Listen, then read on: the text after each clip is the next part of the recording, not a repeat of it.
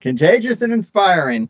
And I always look this up again when I'm doing this kind of an interview, but there is an estimated 65,000 square miles of lawn in America, which is the same size as the state of Illinois.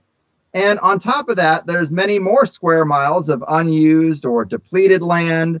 Space really isn't our problem, but what is what are some of those mental stumbling blocks that people have, because everybody gets in their own way and there's always an excuse for something. If you want to do something, you got to just do it. But we can come up with excuses all day as to why something doesn't get done. But when you're talking to people, what are the big stumbling blocks or the things where they come to you and say, well, I can't do this because X, Y, or Z, even though they really can if they got out of their own way? Exactly. The ultimate stumbling block, the foundation of humanity's enslavement is trauma brought on by governmente. And it is the government, in fact, many government officials, including my favorite one to talk about, is Henry Kissinger. He said, if you want to control the world, control the world's currency. If you want to control countries, control oil. If you want to control people, control food, right? So the government creates the fear, which in the scarcity, through the control mechanism of food. Right? So if that's the foundation, and the lawn, by the way, is the physical foundation of humanity's enslavement. We have been programmed to believe that a lawn looks more beautiful. Now, if you look at a lawn, it's a monochromatic plant. Most of it is GMO'd, and almost all of it uses poisons on a monthly or quarterly basis, like glyphosate or Roundup. Now, if you look at how much has these companies like Monsanto been sued for during class action lawsuits for the use of Roundup, which causes death, you'll see something like $11 billion. And yet this product is still on the shelves of our stores all over, the Walmarts and the Home Depots of the world, right? So again, I'm going to share with you the problem, but I'm also going to share with you the very clear and simple solution that will change the world. And I see it happening in the next 14 months. That's very interesting. One other thing about stumbling blocks is I know a lot of people commented last time, well, this is all nice if you're a homeowner, but I rent, so I guess I'm just screwed. And again, that's like victim mentality, victim thinking. Instead of thinking, how can I solve this problem?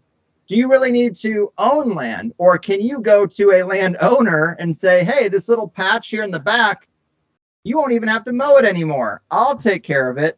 I'll get the plants in the ground and we'll split it.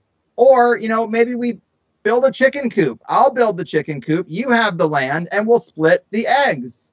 These things produce. So a lot of people, instead of thinking about how can I overcome some obstacles in my life right now, they just think, well, I can't do it. And they throw up their hands. And that's unfortunate because the land is everywhere.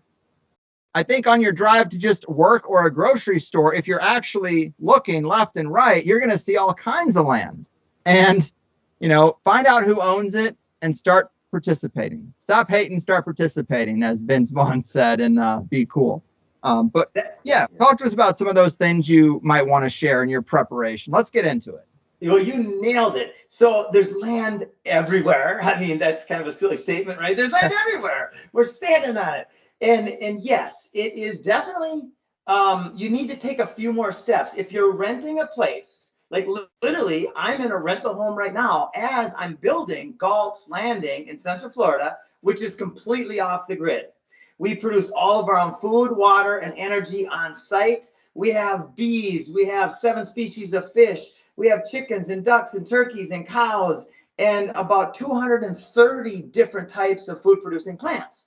Now, about 2 years ago, there was nothing there but a flat cattle pasture, right? So the point I'm making is everything starts with an idea. The idea that you create for yourself, no matter where you are now, garden what you've got or start planting seeds, and the seeds start as ideas and then start building that idea. Right? And I'll give you an example of my life. My whole life, I've loved fishing. I've loved lakes. I grew up on a little tiny 60-acre lake.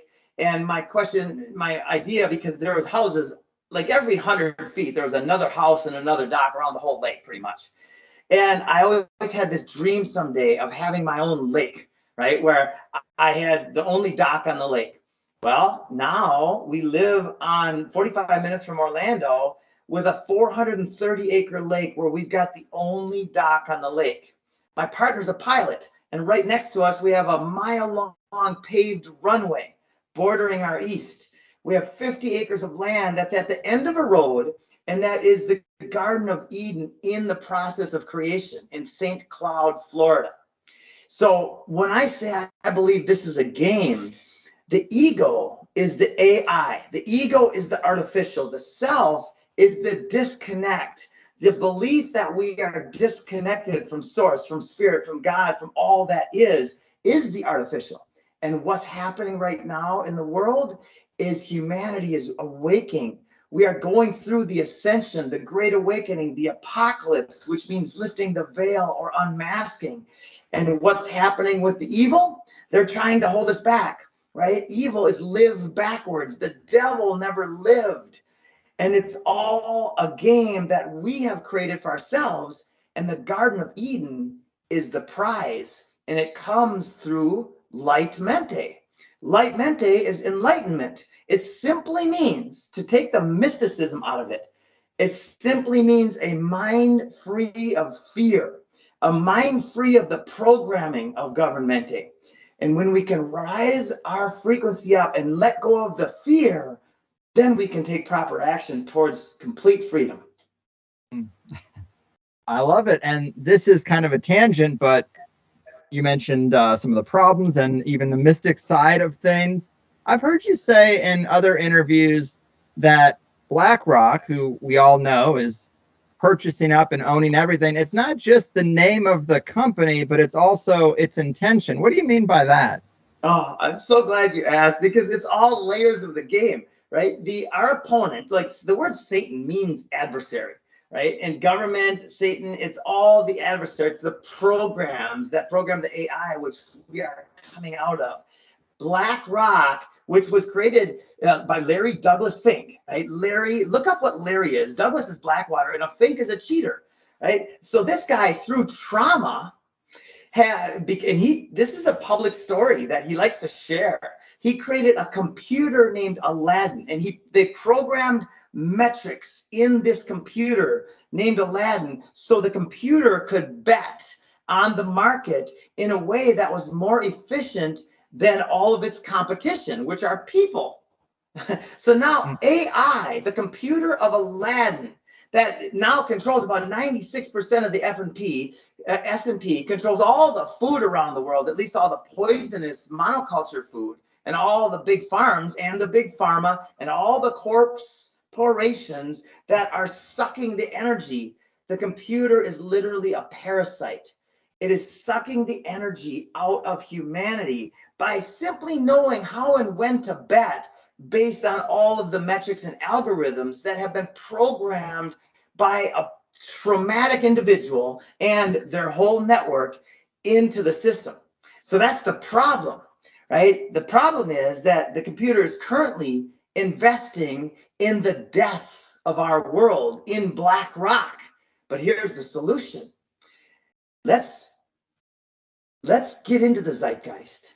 And let's let this computer know, let's let AI know, let's let all of our egos know that investing in life, investing in faith and courage, investing in building soil, investing in the Garden of Eden is a much better investment than investing in death.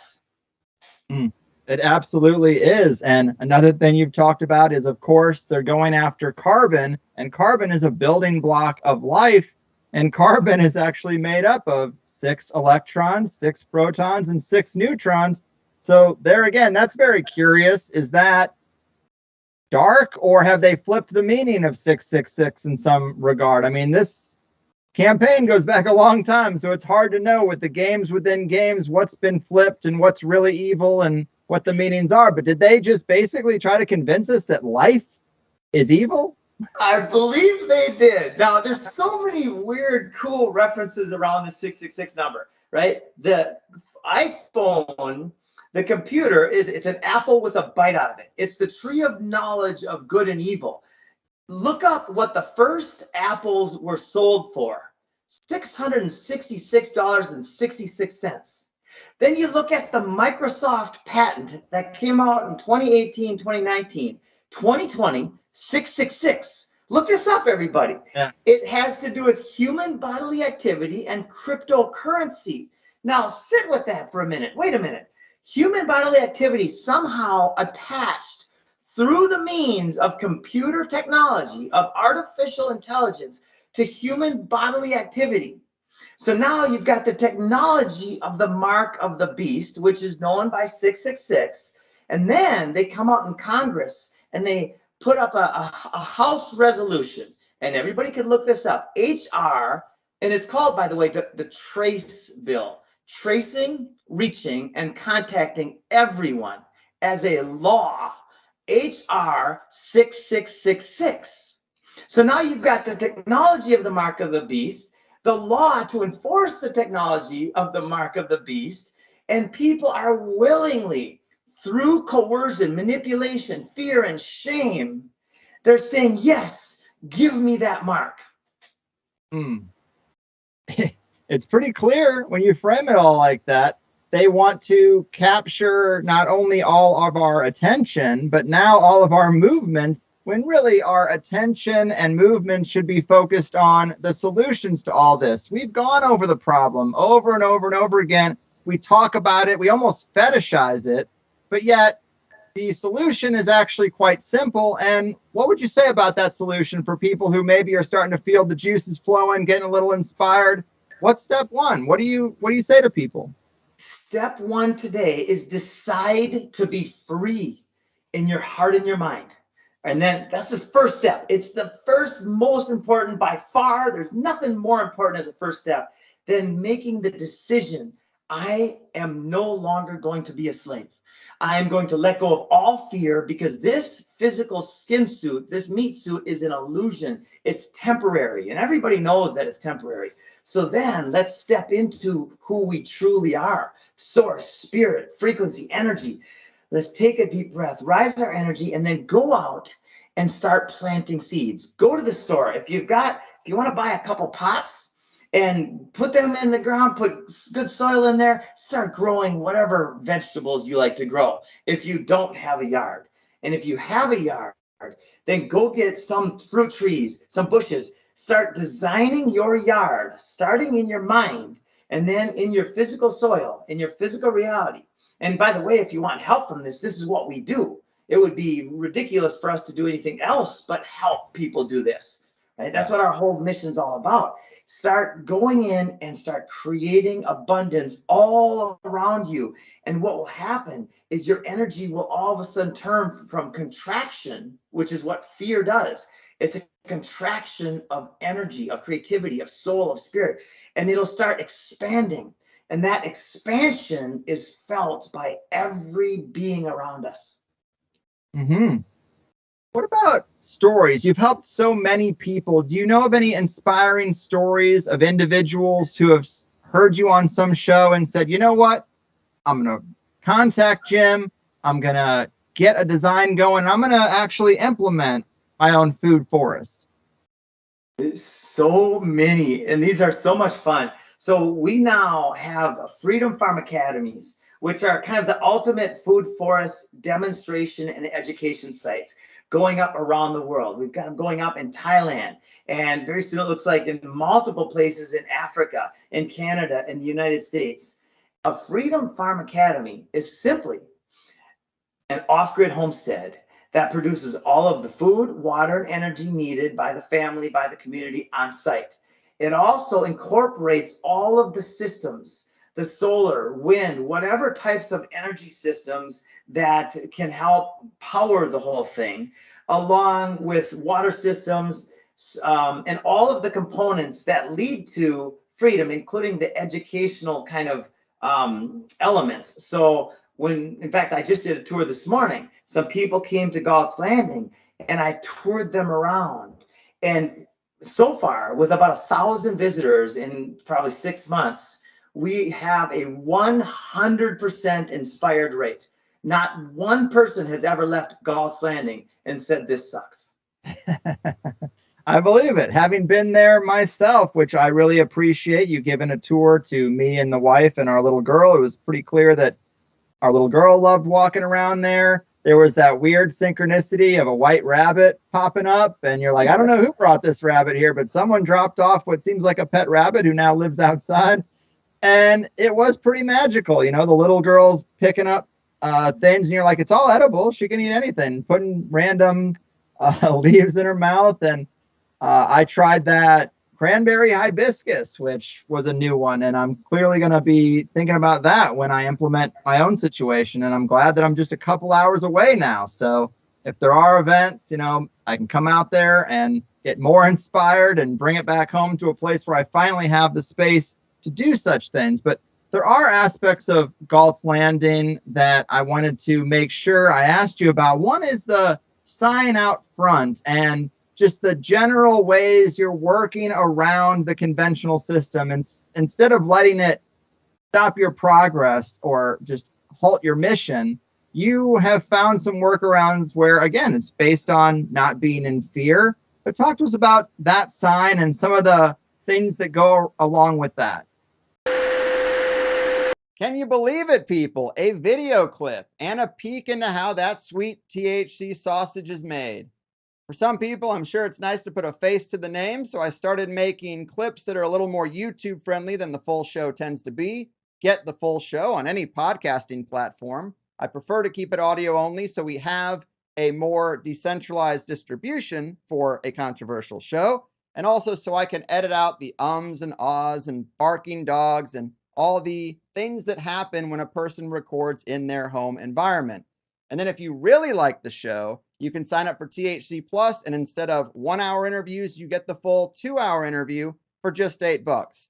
I think that's a better deal, more of a win-win than asking you to support the show by booking a therapy session or buying generic Viagra. It's getting weird out there, folks.